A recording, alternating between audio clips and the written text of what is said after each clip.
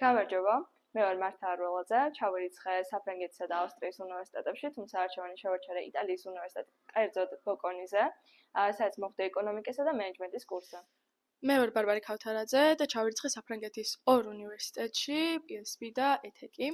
მე ვარ ელენე, ჩავაბარე იტალიაში, მილანში, აილუმის უნივერსიტეტში, კომუნიკაციის და PR-ის ფაკულტეტზე. მე მზადება დავიწყე მე-11 კლასიდან და იტალიური სკოლის პედაგოგები დამეხმარნენ მომზადებულიყავი საჭირო გამოცდებში და ასევე მქონოდა სათანადო საბუთები მზად. იტალიურმა სკოლამ შესწავლა მომცა არა მარტო სწავლის სრულ განვითარებულიყავი, არამედ პიროვნულადაც. იტალიური სკოლა დამეხმარა სათანადო განათლების მიღებაში, რათა სწავლა-გამგზავრებინა ოცხოში და ამეხდინა ჩემი დიდი ხნის ოცნება.